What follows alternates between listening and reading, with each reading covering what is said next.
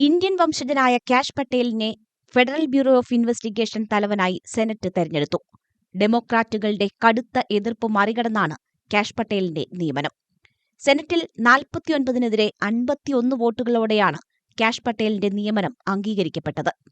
Republican സെനറ്റർമാരായ Lisa മുർക്കോവിസ്കിയും Susan കോളിൻസും cash പട്ടേലിന്റെ നാമനിർദ്ദേശത്തെ എതിർത്തിരുന്നു.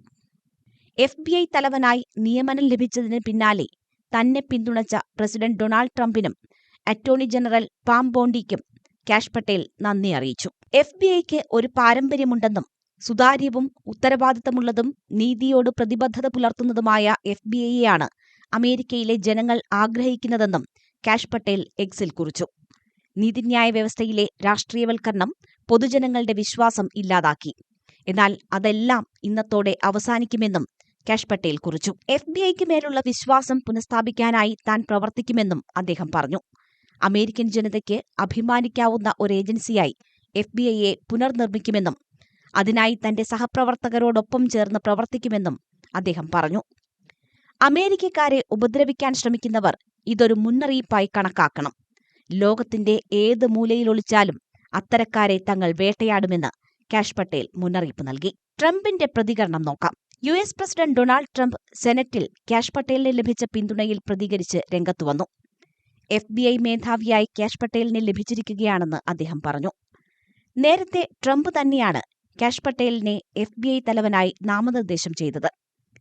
US അതിർത്തി വഴിയുള്ള മനുഷ്യക്കടത്ത്, ലഹരിക്കടത്ത് എന്നിവയെ പ്രതിരോധിക്കാൻ കാഷ് പട്ടേലിന് സാധിക്കുമെന്ന് ട്രംപ് പറഞ്ഞിരുന്നു. കാഷ് പട്ടേൽ ഒരു മികച്ച അഭിഭാഷകനും അന്വേഷകനുമാണെന്നും അഴിമതിക്കെതിരെ പോരാടാനും നീതി സംരക്ഷണത്തിനുമായി പ്രവർത്തിച്ചയാളാണ് അദ്ദേഹമെന്നും ട്രംപ് പറഞ്ഞു. പട്ടേലിന്റെ നാമനിർദ്ദേശത്തെ ഡെമോക്രാറ്റുകൾ ശക്തമായി എതിർത്തു.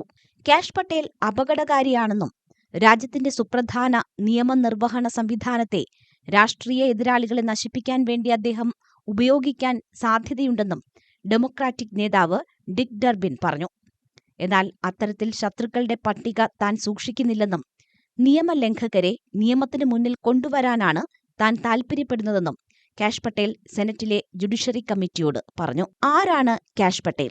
കാശ്യപ് പ്രമോദ് പട്ടേൽ എന്ന കാഷ് പട്ടേൽ 1980 ഫെബ്രുവരി 25-ന് ന്യൂയോർക്കിലാണ് ജനിച്ചത്. ഗുജറാത്തിൽ നിന്നും കുടിയേറിയവരാണ് ഇദ്ദേഹത്തിന്റെ മാതാപിതാക്കൾ. നിയമത്തിൽ ബിരുദം നേടിയ കാഷ് പട്ടേൽ ട്രംപിന്റെ ആദ്യ സർക്കാരിൽ പ്രതിരോധ വകുപ്പ് director, national intelligence deputy director തുടങ്ങിയ പദവികളിൽ സേവനമനുഷ്ഠിച്ചിരുന്നു.